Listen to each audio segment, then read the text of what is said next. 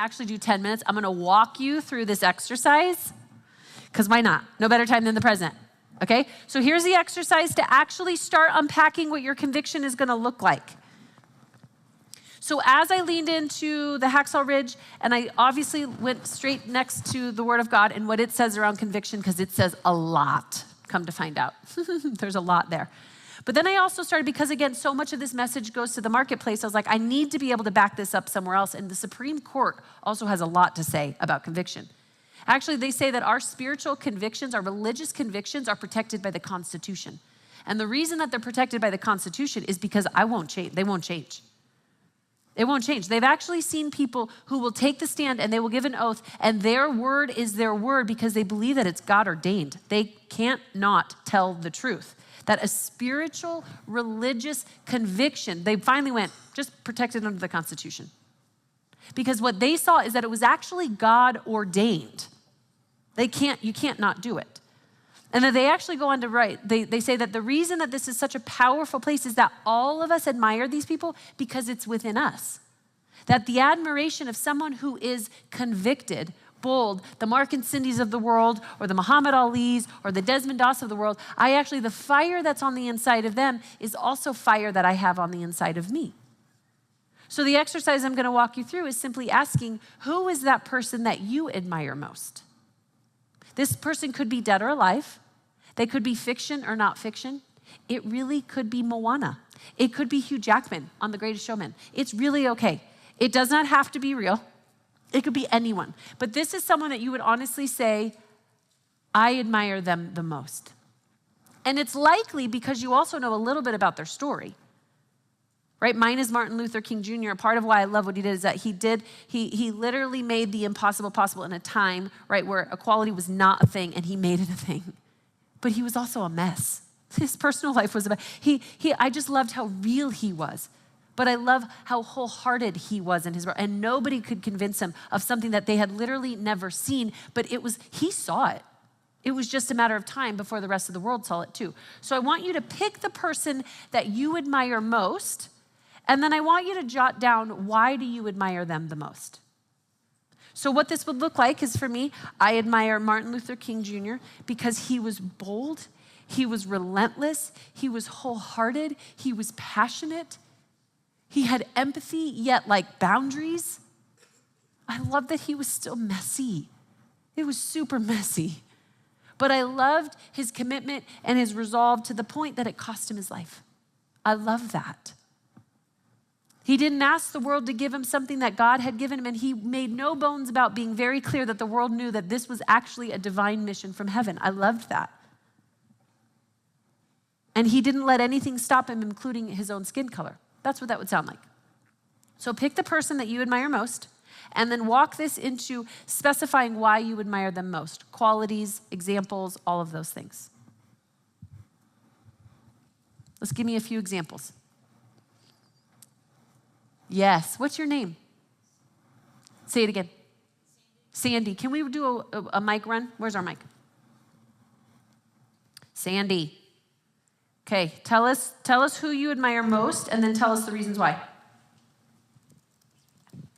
Run, Amanda. Richard Wormbrand, because he and his wife loved the worst of the worst, and their lives were changed for Christ. Give me more. Now give me 5 adjectives, whether you know them or not, right? Everyone, I'm kind of saying, whether you know this person or not, I want you to, if I'm like, I don't know who that is, give me 5 adjectives that describe who they are. I'd say courageous, okay, perseverant, loving, exceptional, determined. Great. Write those down. Okay, courageous, persevering, loving, exceptional, determined. Great. Yes, Cindy, up here. Who's your person and why? My person is Heidi Baker. Okay, tell us why. Because she is authentic, passionate, completely surrendered, completely fearless. One more. Selfless. Great. Fabulous. One more person. Yeah. Tell me your name. Paul. Sean, good old Sean. Let's do this. Okay, tell me, what do you love about him? I love Sean Foyt because, he's fearless, joyful. I think he's got integrity, authentic, strong. Great. Fabulous. Does everyone have their person? Anyone not have their person? Why? You can't think of anyone? Make it simpler. Who's your person? He's hiding. Make it simpler. Everyone else have your person. Raise your hand if you have your person. Do you have 5 things that you love about that person? Okay, great. Now I want you to show your neighbor who that person is real quick and just point to the words that you have. Let him see that real quick. It's going to sound like, here's my person, and here's the 5 words that I would use to describe them.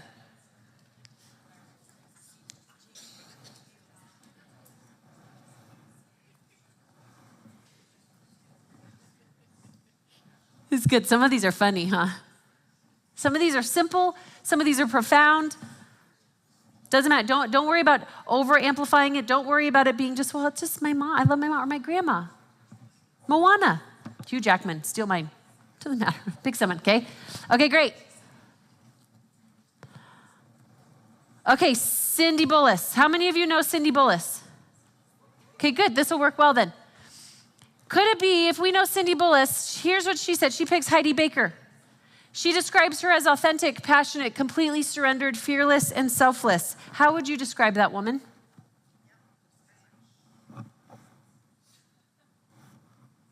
Cindy, you're authentic and passionate and completely surrendered and fearless and selfless. That's exactly who you are. It's 100% true.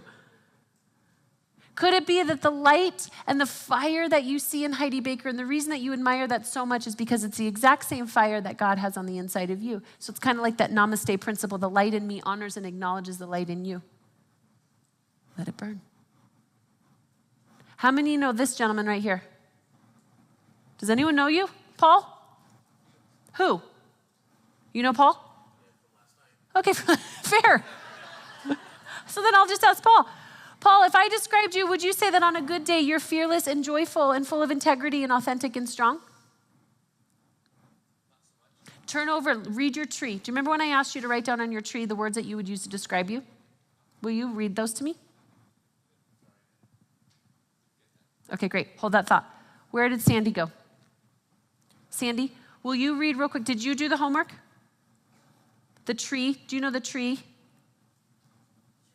Did you do that? Did you write down qualities? Tell me what you wrote down on the tree of what it looks like when you are the best version of you.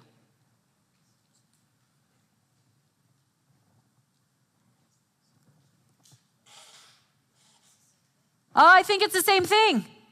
Everybody look at your notes. This is why I say you're going to have to trust me. Look at your notes. Are some of those words the same words? Or synonyms, or the same exact word? Who had that experience when you look at what you wrote down and actually what you describe about that person? Could it be that the thing you admire about someone else is the thing that you admire about you? And could it also be then, remember the whole idea of what you want most about yourself is the fruit. It's that it's just simply because it's connected to its root. Which means that in order for you, Sandy, to live courageous and persevering and loving and exceptional and determined is just you actually hunkering in to your conviction and living like it, to Cindy's point. Could it be that for this Cindy, that in order to be authentic and passionate and completely surrendered and fearless and selfless, is that it's not about trying to be her, and it's more about connecting to her root system and go, I can't not believe this to be true. Because when I'm hunkered down in there, that's a byproduct. Do you see the connection? So those words that you wrote down about someone else, I want you to circle, and I want you to say, this is who God has created me to be. I am is what you're going to write on there. I am strong. I am courageous. I am passionate. I am relentless. I am. This is who he's created you to be, and you just forgot. Partly because of that dang limiting belief and the lie, and partly because you actually didn't know that this conviction was so true for you that it's going to bring that out of you. So now we're going to actually find your conviction, okay? You guys ready? Can we give Cindy the microphone really quick? Okay, so I'm going to walk Cindy through this. She's right here. Yep, you, Cindy.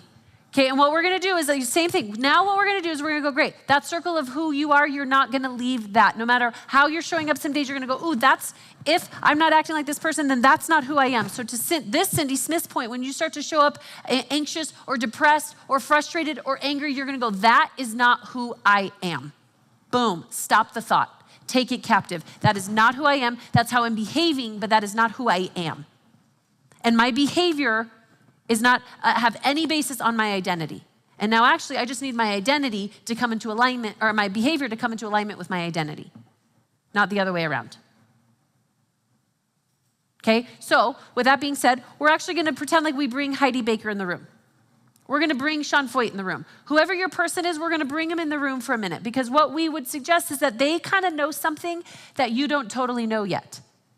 Because what we also know about Heidi Baker is she has had a lot of opposition, and she has had a lot of challenges, and she has had a lot of setbacks, and she has had all the things. So we also know that her living authentic and passionate and surrendered and fearless and selfless is a big undertaking. So she knows something we don't know, and we want to understand her mindset, her heart set, that has created this whole world to where she lives like this.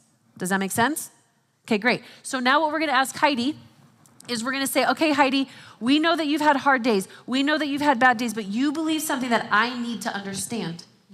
And if she in one word could tell you to live blank, what would she tell you? I think she'd say live surrendered. Bingo. That's your conviction. We're going to go, Heidi, you live authentic and passionate and fearless and selfless. You do all this. How in the world do you do that? And she's going to say, I can't not live completely surrendered. That's your conviction.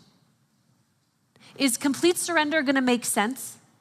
No. That's a negatory. Actually, what's going to make sense is controlling the room, doing it all, playing small, you name it. All of that other stuff is going to make sense. Does it make logical sense to completely surrender? Never. Until you can't not. Do you hear that? So your way in is surrender. Your root system, your burn is surrender. That moment that you want to control, you're going to go surrender. Prove it. Do you believe that? Do you believe that God is good? Do you believe that you need to surrender? Do you believe that you need to live? Do you believe? And all you're going to do is you're going to let it burn.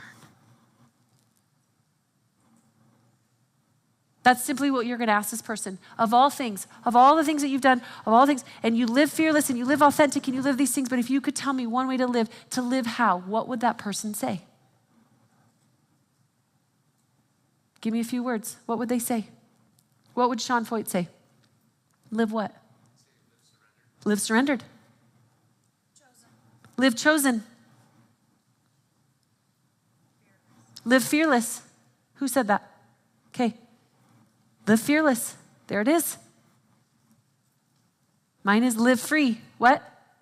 What? Live true. In love. Who said that? Way to go. Love sounds good. Is love hard? Yeah. There's going to be a moment, sir, that you're going to go, this makes no logical sense to love this person. Makes no logical sense to love me. And you're going to open this part of you up and you're going to go, I can't not do this. Why? Because God's actually ordained me to love. And you're going to tear your heart wide open and you're going to love with your whole heart. Because you can't not do it. And you're going to cry and you're going to feel all the feels. Do you hear me? And you will change the world because you will actually open your heart, and instead of closing yourself off, you will actually open your heart and you will live love. which is the greatest commandment. Love the Lord your God with my whole heart, soul, mind, strength, all of me. It's the greatest commandment. So now he will no longer live for love, he will live from love. Changes everything. Now I'm not living for love, I'm living from love. I'm no longer living for freedom, I'm living from freedom. I'm no longer living to be chosen, I'm living from chosen. I'm no longer living for significance, I'm living from significance. And I'm gonna let it burn. Because now every moment is actually giving me an opportunity, just like Cindy said, what do you believe? Do you believe love is the answer? Some days, no, stupid, nope, I don't, stupid, I don't like it. I want someone else's conviction. Live controlling, does anyone have that word? Live controlling. We're gonna have those days. I don't know that I believe it, and we're gonna wrestle with it. But what if that wrestle is okay and it's actually causing you to just feel the burn? Don't start counting until it burns. Remember, then these are these small moments that are actually building the strength and resolve to go, do you believe in surrender? And every time that woman says, yes, I believe, guess what it's doing? It's actually anchoring her to a greater level of surrender. It's anchoring him into a greater place of love. It's anchoring her into a greater place of chosen. It's anchoring her into a greater place of fearlessness. Those small moments, that's what it's doing. It's simply asking you, what do you believe? And then at some moment, you're going to get down, you're going to give me 20, and you're going to do a few more push-ups, and you're going to let it burn. This is your conviction. They'll believe it when they see it. Will you believe it before you do? Hey there, dreamer. I just wanted to take a second and to say thank you. I wanted to thank you for your yes and your boldness to not only get started, but to stay the course. I recognize firsthand that dreaming can sometimes be an overwhelming and oftentimes lonely process. And so I just wanted to take a minute to acknowledge you and to say thank you, because if I've said it once, I've said it 1,000 times, that the world needs your dreams. I also want to invite you to join our community, to actually engage with us, to continue this conversation. And you're going to see a QR code on your screen, and that is the best place to get started, where we will make sure that you get connected to a community who is also committed to unlocking the dreams that are on the inside of them, to breaking the limits that keep them bound, and are doing their part in bringing heaven to earth. So you no longer have to do this alone. We look forward to being a part of this journey with you. We thank you for your yes, and we cannot wait to see what God does in and through your life.